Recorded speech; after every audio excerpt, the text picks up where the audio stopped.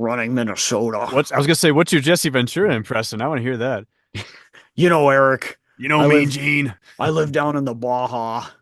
Down there, we've got I actually don't do a good one for him, but That's you're starting out well.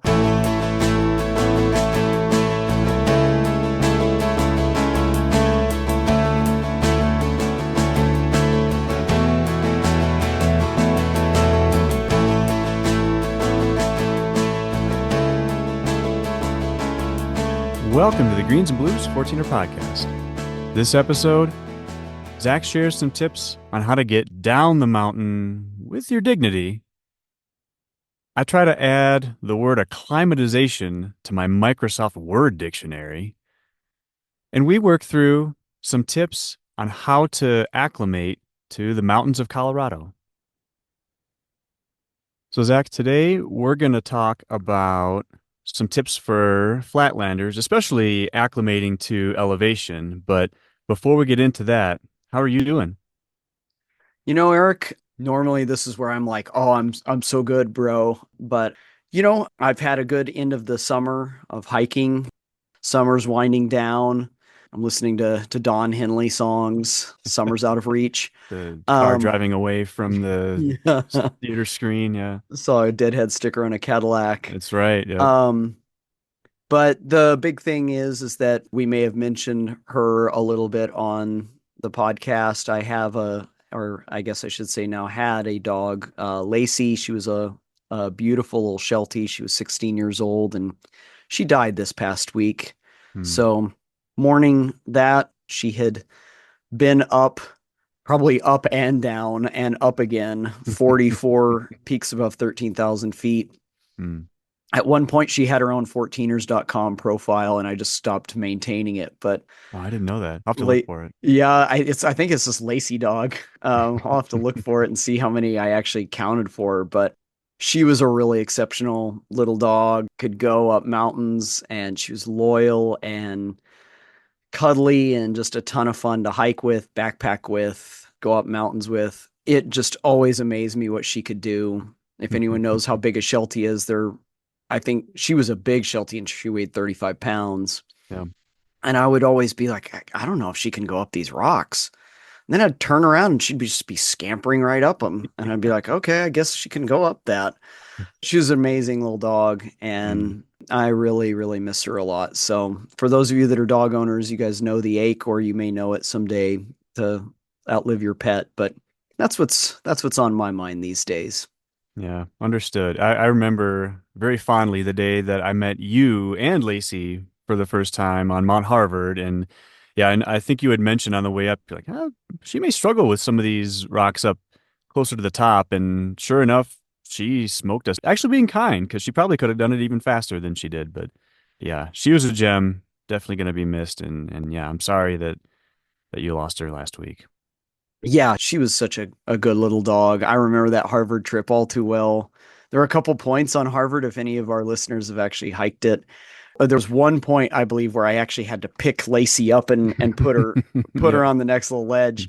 And then on the way down, I was thinking to myself, "Oh, I'm gonna have to pick her up and put her on that." And she just like jumped off of it. So, a dog without fear. Yep. So, yeah, how are you doing of late, Eric? Yeah, I'm doing all right. So I got back from a work trip last week to one of my favorite sounding towns, I think, thus far in the US, Waxahachie, Texas, where I think I got a burger at 8 o'clock at night. One of the nights I was there, and my car said it was still 100 degrees outside. So Did you get very it at a hot. Whataburger? I did. That's exactly where I went. Yep. Yeah, you're in Texas now, Yes. brother. If It was it actually good. could have been a Brahms or a Whataburger, that We Brahms drove by a Brahms on the way to the Whataburger. that was my backup. Was Y- Brahms. Yep, I should have gotten an ice cream there, but that was too full from the birthday cake shake at Whataburger. So, Yes, Brahms is actually not very far from where I live right now. Like mm, the dairy yeah, of they have a rule where they won't ship it any more than like a 4 hour drive or 5 hour drive from the dairy. mm, So that's why you'll never have a Brahms in like southern Texas yeah. or Colorado, for that Interesting. That's matter. kind of the in and out burger framework, sounds like. Yeah. So, what are we talking about today, Eric? Well, Zach, today we're going to talk about tips for helping flatlanders acclimate to Colorado. And I think one thing that I'd love to start out with is I realize that the term flatlander is often a pejorative and used with a negative connotation. And if we use it a lot today, and we may or may not, I don't know, but regardless, I don't intend for it to be a negative connotation at all. And I don't think you do either, because guess what? The first 3.5 decades of my life, I was a flatlander. And right now, Zach, you and your family are flatlanders. So I think one of the reasons that we want to share some thoughts around this is on Facebook pages that are dedicated to 14ers. When summertime rolls around, there are constantly posts. Hey, I'm coming in from Missouri or I'm coming in from Florida for a week, whatever it is. What can I get done? And one thing that might be helpful is, in addition to focusing on what some of the 14ers are that would be easy to do, even just thinking through what it might take to actually get to the top of those 14ers from a physical standpoint. What kind of elevation gain can we anticipate, and what's that going to do to our bodies, and how will our bodies react to that? So, this was a great idea that you had to kind of work through, okay, what are some things that we can help our listeners work through in terms of acclimating, and especially yourself, who you do this journey where you're coming from, what's Norman at? 500 feet, 1,000 feet, something like that? 1,085 feet is the Okay. elevation of my house in Norman, Oklahoma. There you go. So you're coming to, what are you driving typically to 8, 9,000 feet in a day, and then sometimes you might hike next day, or you might give it a day or so. So Yep. who better to ask than a guy that's done this lots and lots of times? Well, and that's a lot of what spurred this was, by the way, Flatlander is the alternative to Flatlander would be low altitude person, which sounds like a very, I think, PC term. Yeah. So Flatlanders, I mean, where I live, it's hilly-ish, but it's Mm, not like it's relatively flatter than Colorado, so I guess it's yeah. okay. But yeah, I've been doing this for a while, and I was hiking some peaks this past week, and it gave me reason to think about what it is that I do that could make my adjustment to altitude better. Mm, Because it's if anyone's ever done it before, I will say this out of sympathy. If anyone's ever come from lower altitudes, so say 2,000 feet and below, 3,000 feet and below, and gone to 10,000 feet in a day. So oftentimes, what I'll do is I'll leave Oklahoma, drive all day, camp out at a trailhead somewhere, and then hike the next day hmm and go up a peak. And if anyone's ever done that, it doesn't matter how good a physical condition you're in your home state, it's hard. mm, And I know the difference between being acclimated and not acclimated. I've lived in Colorado. The peak of my hiking was when I lived in Copper Mountain, which is at 10,000 feet. And I could just go and go and go and go when I was acclimated. And there's part of me that's like, why can't I still do that? Well, I don't live at that altitude. And so part of what this is just a way for us to talk about a few of the things that I've learned through trial and error on what works and maybe what doesn't work for those of you that want to get out and do this stuff. And like you, Eric, I've seen the Facebook posts of people, hey, I'm coming from Kansas or I'm coming out from Virginia for a week and I want to hike as much as I can. How can I prepare for it? These are just a few things that I've thought about, and hopefully they help other people too. yep. Well, Zach, on that note, do you have maybe an overarching principle that might encompass each of the tips that you're going to share here? Yeah, I mean, I think the big thing about what acclimation is, you have to think about what you're not getting when you're at altitude. So when you're at 10,000 feet of altitude, there's 25% less oxygen than when you're at sea level, period. Right off the bat. Right off the bat. If you're at 14,000 feet or 13,000 feet, I think there's about 30% less oxygen. So, so everything I say from here on out is trying to optimize your oxygen levels and your body's efficiency with oxygen. And the other thing that happens when you're at altitude, for those of you that have done this a fair amount, you get dehydrated. Hmm. And so that's also a bit of advice. So the biggest thing is increasing aerobic capacity. And there's a few ways to do that to at least kind of micro hack that a little bit. And also trying to keep your body in a state to where it can adapt as much as it can as quickly as possible. Mm. In reality, it takes your body a couple weeks to roll over its red blood cells. So let's say you drive out to, or you fly out to Colorado or New Mexico or California, you go on a big mountain, you're presenting your body with this huge adaptive stimulus. I need more oxygen. Hmm.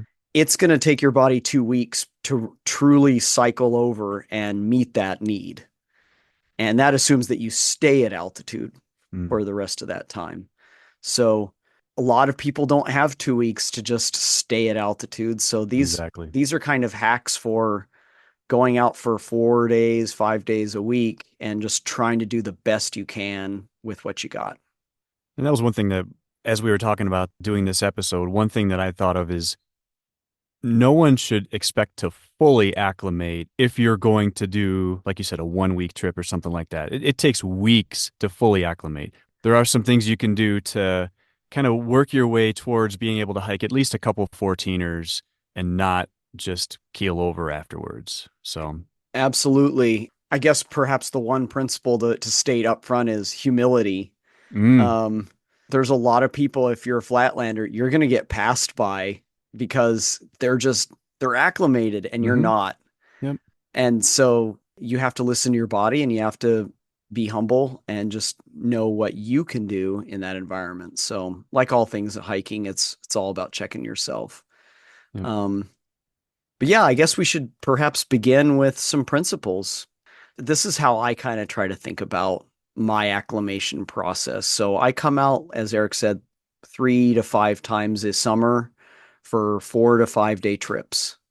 And one day of that is driving there, and one day is driving back. So I'm hiking 2 or 3 days in between. That's what I can get in terms of time away from my family, and that's what works for me. But if this is a priority, I think you have to start thinking about training for it. Well, you kind of need to be fit year round, but at least a few months out from when you want to start hiking, I think you really need to think about those principles of aerobic capacity. And the way you do that is it's a big catchphrase. A lot of people are talking about it. You need to do a lot of zone 2 kind of Hmm. exercise where Hmm. you're going at a pace where you're able to still talk, but you're also kind of tiring yourself out, right? So you've got to put in time on a bike is where you can do a lot of zone 2 work. Jogging is a good way to do it. That's kind of how Eric does his. You can go to the gym and do the stair mill, whatever it is that kind of keeps you in that zone of doing that steady state work. That should be the bulk of your cardio conditioning because that's what you're going to be doing when you're hiking. But then to increase aerobic capacity, you're going to have to do some high intensity work here and there too. So that would be sprints. Now you can run as a sprint or you sprint on the bike. I have a bike trainer. I can go into my highest gear and push as hard as I can for 2 minutes. You can go hop on the treadmill and run at max incline for a little bit, really torture yourself that way. Or you go swimming. There's a bunch of different ways to do it, but you got to do this kind of blend of like a lot of steady state work and then high intensity work. And if anyone's read Training for the New Alpinism, that book, a lot of this is just stuff that's in there. Just that kind of principle of 80-20, kind of balancing it out. You should really be kind of focusing on increasing aerobic capacity and then also increasing a little bit of work capacity. So, like, go do some squats Mm. or stuff that you've got the muscle to do it and that your muscle's really efficient. So that every time you have to do a step up onto a rock, you're not smoking out your legs when you do that. You're not using up whatever power you have. Like, that should be easy for you. So can you put on your backpack, load in the kitty litter, and do squats in your front yard for like 20 minutes. Would that work for like a couple months ahead of your hike? You'd look, I would do it in my backyard. I live in suburbia. They're gonna look at me. They might. They're not gonna come out and be like, "What are you doing?" Um, but actually, I live in Norman, Oklahoma, so as long as I yell "Boomer" Sooner while I'm doing it, I'm Oh, probably all right. you're But probably good. Yeah, that's a good um, call. yeah, you could do something like that. I'm not recommending that, by the way. It's just Yeah, just a question. just as a hypothetical, right? Right. Um, yeah, that's one way is to load up. I used to load up my backpacking pack with the kitty litter and hop on the stair mill and Okay. goes real slow, steady state like you would backpacking, right? You're Hmm. not going to Yep. be running with a backpack, Yep. but then crank up the stair mill and sweat it out for 5 minutes and then take it down. And that's one way to do it. Some people do it with like CrossFit, stuff like that. That's Mhm. another way to do it.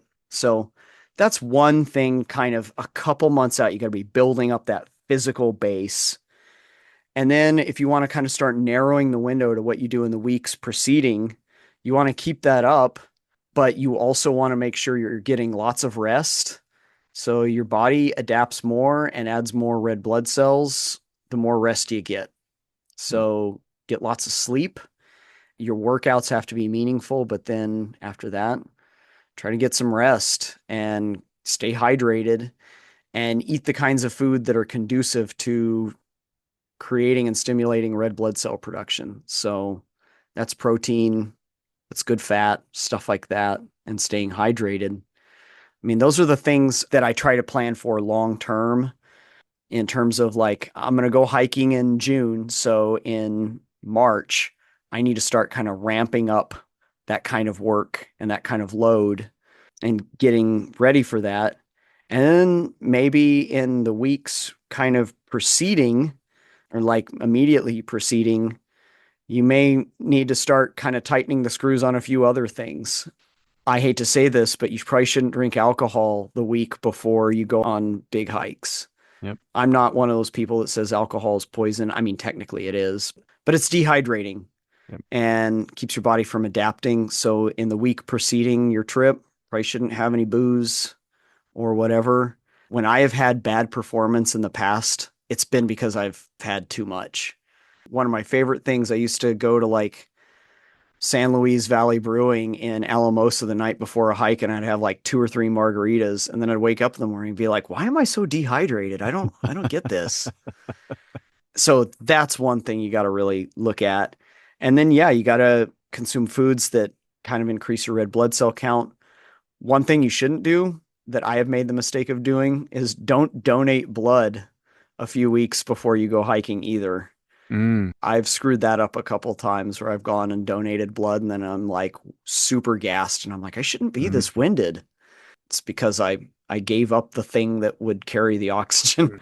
Yep. So yeah, those are big ones. And then as you kind of get closer and closer, the day before you go hiking, let's say you're driving out or flying out, again, no alcohol, lots of rest, but really tighten it up. Don't eat real salty food that day, stuff that kind of dehydrates you. I've made Hmm. that mistake before.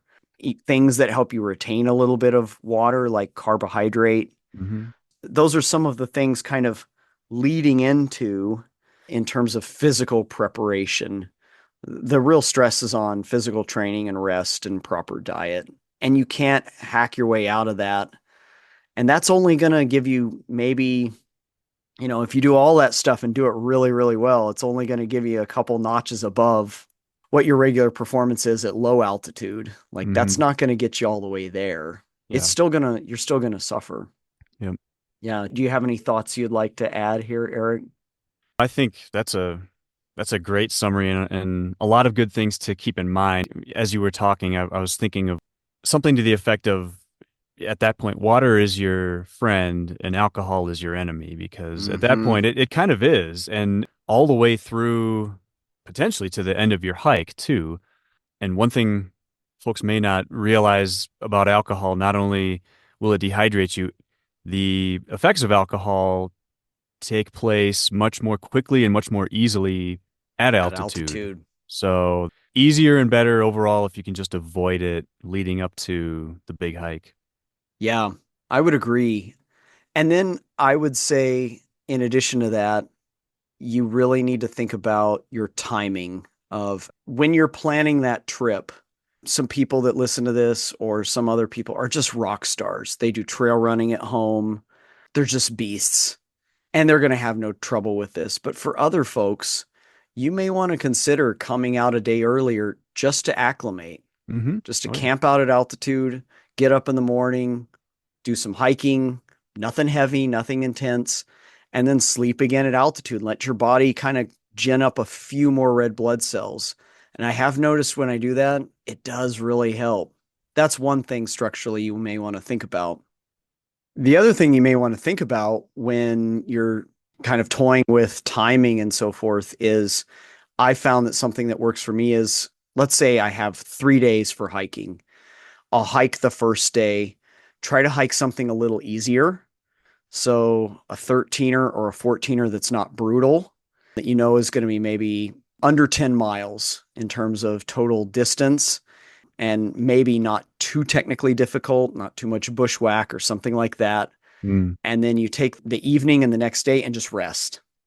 You eat well, rest, and that gives your body a quick adaptive stimulus. Like, I'm going to need to really adapt to this lack of oxygen.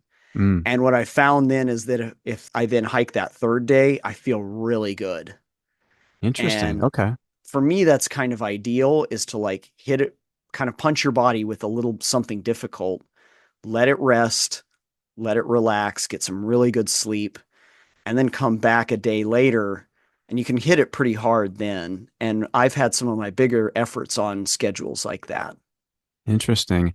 I know one thing that when I've had friends come out, not necessarily to hike 14ers, but just to visit, one thing that we've done is after maybe a day of just being here, maybe the second day visiting, there's a lookout near us called Devil's Head Lookout, which I think the trailhead is at around 9,000 feet, but you can hike up to about 9,800 feet. And so that Mm-hmm. kind of it's not anywhere near the hard punch that you're describing, Zach, of hiking like a 12 or a 13er. But for someone that hasn't been out here before or isn't really familiar with how to get acclimated a little more quickly, something like that can be helpful too, just in the first day or two, just to, like you said, kind of give that first punch and let your body know, hey, we're not in Kansas anymore, and we gotta kind of slowly ramp up to the big hike that we want to do. I think that's a great idea. Sometimes, I don't think flying out to Denver and hanging out with friends is going to kind of do that. Human bodies are adaptive machines, and so Mm, you've got to tell your body that an adaptation is needed. mm, It's going to try to meet that workload, but you've got to give it that workload first. yep. And I found that what works for me is I'll go do something, quote unquote easy. Now, when I say that, I'm always like gassed when I'm doing it. I'm like sucking wind on a mountain slope. Why do I do this? But then it's the next day or it's the 2 days later when you do that kind of bigger effort and you're rested that you really appreciate it.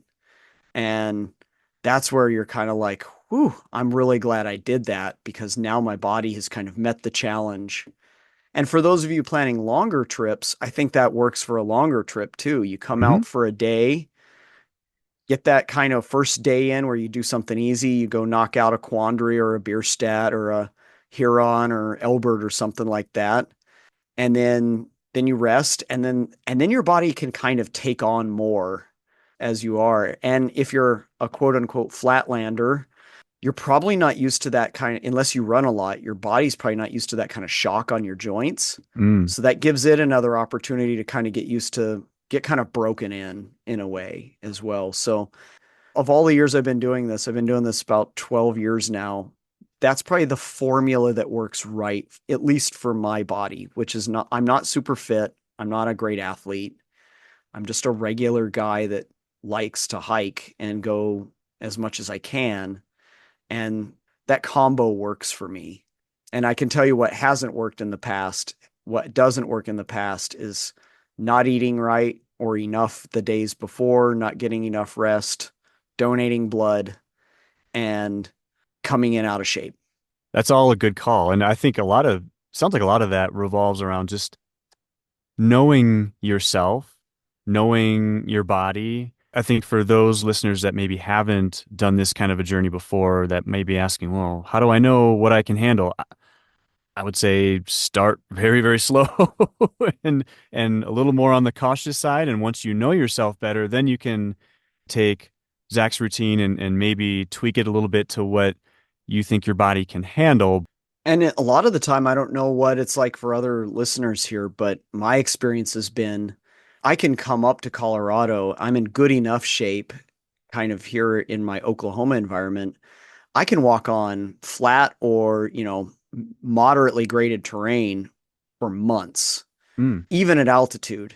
It's when I get to the hard stuff, when I start going up that ridiculous slope at 13,000 feet that my body's, and it may be like this for most people, even if they are acclimated, but where I start seeing the check engine light come on a little bit, and Mm. it's like, okay, the tank is getting empty now. That's where I think my body kind of, when I'm acclimated, it doesn't do that as quickly. And that's where I really, really feel it, especially on 13ers where you usually are just walking straight up a slope. Hmm. That's where my body's like, whoa, we have not done this before under these conditions. And one more thing to add, and then I've got a question for you, Eric.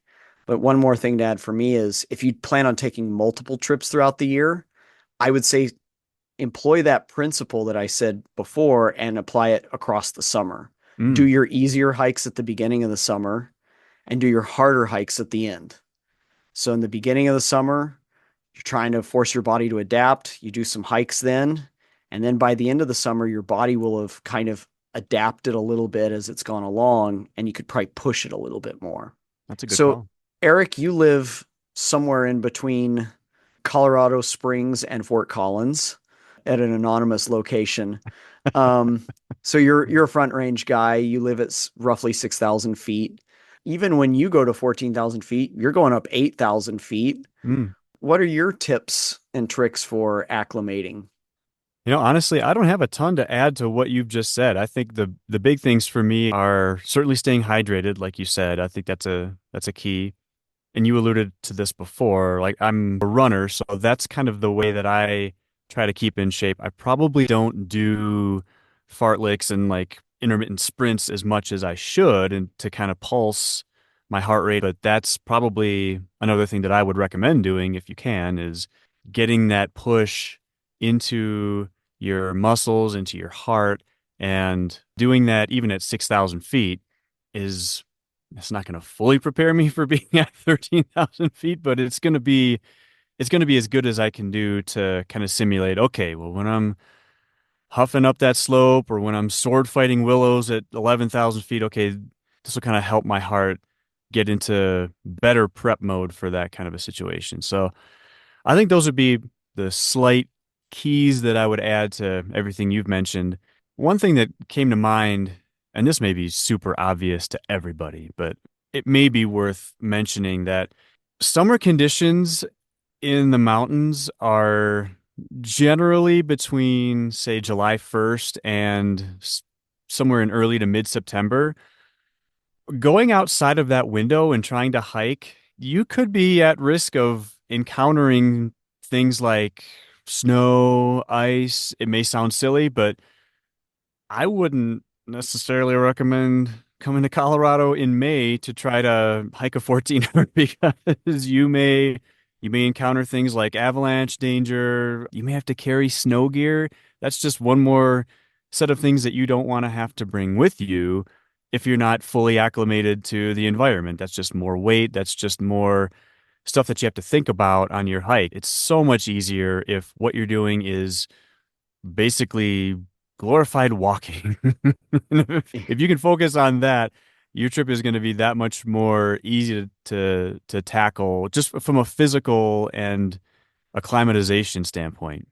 Yeah, I think if you're going to err on the side of going outside that window of time between, say, June 15 and September 15, it should be on the back end of that. You can do Agreed. fall hiking in Colorado, and it can actually be quite beautiful Mm.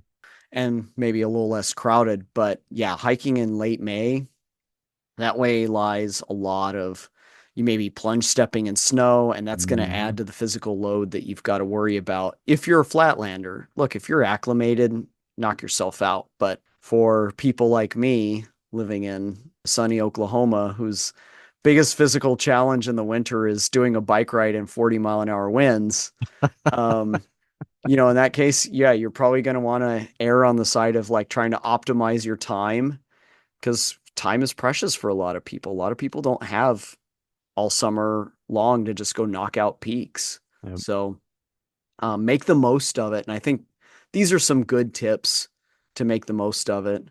That or just, performance enhancing drugs. Um, the whole time I was thinking about red blood cell count, I was thinking about all those guys that doped in the Tour de France. And I was like, can Oh I get my my hands on some gosh. EPO? Like, let's do that. That'll get the red blood cell count up high enough. Oh, I'll tackle 10 14ers in the week that I'm in Colorado. Yeah, give me some EPO and some amphetamines, and I'm Oh my I'm good. gosh. I'm good to go, dude. I'll do a Some hill climb. FKTs in your future there. Yeah, maybe that should be a new category in the FKTs. Like there's the self-supported, and then there's the self-supported with performance enhancing drugs. With external assistance from Right. substances. Yeah, on somewhere on the peak 53, I gave myself a shot of adrenaline straight to my heart. Don't remember the rest of the hike, but it was great. So, for our listeners, I think those are hopefully some helpful tips, especially as you kind of close out the year of hiking or at least of summer hiking and you're thinking about maybe how to train for that hike next summer. I was telling Eric before we started recording that I was thinking about these things as I was slogging up some 13ers about a week ago Hmm. and absolutely dying on the last one and going, what have I done? Like, why am I so out of shape? When I had been hiking straight uphill, I'd gained 5,000 feet in less than 4 hours. And 24 hours before, I had been in Oklahoma. In a car. Yeah, Yeah, in a exactly. car. And so part of the reason we're having this episode is that it forced me to really think about how can I make this better in the future. And so a lot of this is me trying to think through those things kind of out loud for our few listeners here. So I like the way you've summarized it and given some really practical tips to make the hike for someone that's not fully acclimated a bit more efficient and make their bodies more efficient, what the inputs are and how their bodies can respond to those inputs so that it's more prepared for being at 12, 13, 14,000 feet and not just completely collapse at the summit and I don't know, not be able to get down or something crazy like that. So, no, I love it. I think there's a lot of good stuff here for folks to absorb and hopefully use in next summer's hiking adventures. And I think that's the big thing is it's never too late to start thinking about these things. Mm, Um, if this is a priority, if hiking a mountain is a priority, I think you have to start setting those goals at least 6 months, if not a year out. mm. Start building up that base of fitness and then start thinking about that window kind of closing into the weeks before so that you're physically fit enough so that not only do you get to a summit, but do you get to a summit with some joy and some happiness and it's not pure masochism and where you're able to truly enjoy it and maybe you're able to come out and hike 3, 4, 5, 6, 7, 8 peaks in a few days and because I see a lot of people doing those things. Oh yeah. Yep. And this is maybe gives you a little bit to think about in terms of how to build towards that, I guess, for lack of a better word, towards that success. I love it. So, Eric, what do we have coming up on our next episode? Well, Zach, in our next episode, you will summarize probably not the 13er trip that you just referenced that gassed you out on I'm the still recovering on from the that. ridge. But It was one where I was doubting myself on the way up again. This seems to be a recurrent theme. Like every time I find myself on a steep slope, I'm like, why am I doing this? What? What is wrong with me? Like I can't breathe. What? Yeah, so we'll hopefully be talking about Taylor Mountain, which is the cousin to Mount Etna, which is in the southern Sawatch. Beautiful mountain, beautiful area, wherein I will disclose why I also didn't hike Mount Etna on that same trip. Hint, hint, it involves some of the things we've been talking about here, but Oh, also a fair amount of snow as and probably well. snow too. Yep. Yeah. So we'll talk about that. But if our listeners want to reach us, Eric, where can they do so? Oh, that's a great question. Well, if our listeners want to get a hold of us, there are a few ways to do it. They could email us at greensandbluespodcast@gmail.com. They can find us on our Facebook group. They can find us on our YouTube channel, which in the near future will have a few more videos of some 13er excursions. And they can, how do we do this these days? Do they at you? Do they X you? Do they, what is it? At NM Hiker Person. What is that Yeah, I verb? guess they at me. They at X me. I don't know. Is that it? They're axe me. I don't Can they know. Venmo you through that? Can they send you The something? pay app. Yeah. Sure. I don't have them. I have this weird thing. I don't have any apps where I can exchange money on my phone. Nothing. I'm so Gen X like that, but like it freaks me out if I lose my phone. Somebody could like move money out of my life. Like Mm. I want containment. Like if I lose my phone, I'm just losing my phone, right? What about PayPal? Have you ever used that even on a computer? I've used that on my computer, Okay. but I wouldn't put that on my phone. I Like, don't have that app on my phone. yeah, I know that there's like fingerprint scanners and all that stuff on phones, but I don't know, man.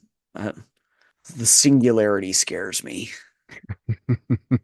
Um, yeah, and we neglected when we hiked Sunshine and Red Cloud, which is the last episode our listeners can hear. Yep. The whole time, just so everybody knows, Eric and I are like, we should record some stuff to put it on the YouTube channel. And I then did we know. do that? No, of course we Yeah, didn't do no, that. of course we didn't think about that. Yeah. No. Hopefully in the near future we'll do an episode where I had tackled a handful of peaks in the Mosquito Range and I took a ton of videos there and there's probably zero valuable content on any of those videos, but Yes. they're all sitting on my phone doing nothing and Did you have a selfie stick, Eric? I did not. I did Thank not God. carry anything like that. Thank God.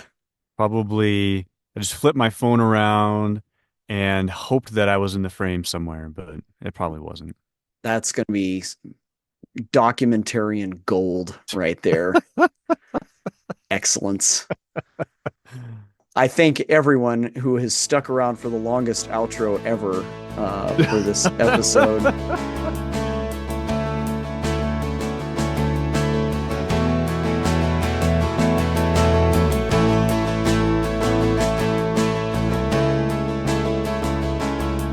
Remember the show Scrubs? Did you ever watch that? Oh, loved Scrubs. Who was the doctor that gave him such a hard time all the time? And it's John C. McGinley is his name in real Oh, that life. yeah, yeah.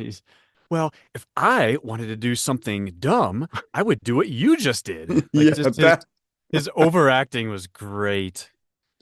the Lowlanders, Yeah, that's it. so low. They come to me, they say, Arnold, how do you get a higher oxygen intake? I say, don't be a wuss. Got to hit the gym. Oh gosh. People are asking me, Arnold, how do you acclimate? I say, don't drink wine beforehand. It makes you weak in the knees. Don't donate blood. Why are you doing that? Why are you giving up the precious resource? Do more squats. Why are you afraid of the squats? Uh